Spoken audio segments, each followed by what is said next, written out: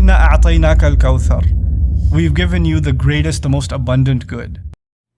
The problem with any kind of shirk, making something sacred that God has not made sacred, the problem with that is you obscure the truth.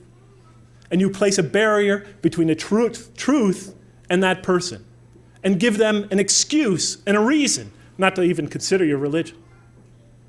That's the problem. And the Quran gives trivial, almost seemingly trivial examples. It criticizes in a very harsh way the Meccan polytheists because they used to slit the ears of cattle, and condemns them for that, for doing that without any divine warrant. Something so small, you're saying? Something so small?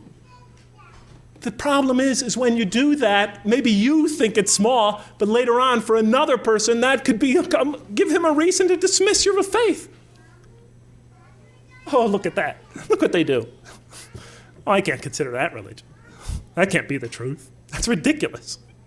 You know? Quran gives many examples of that nature. I'll give you a very simple one. The term son of God.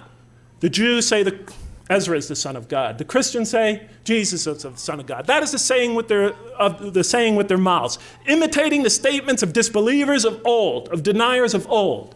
What's the problem here? Well, in the mouth of the Jews, yes, they called Ezra the son of God. They called many other Jews the son of God. In Jewish history, in Jewish terminology, that means one who is loved by God. One who has a special relationship, a special affinity to God. It doesn't have a literal meaning. So what's the problem with using that terminology? Because what happened to it?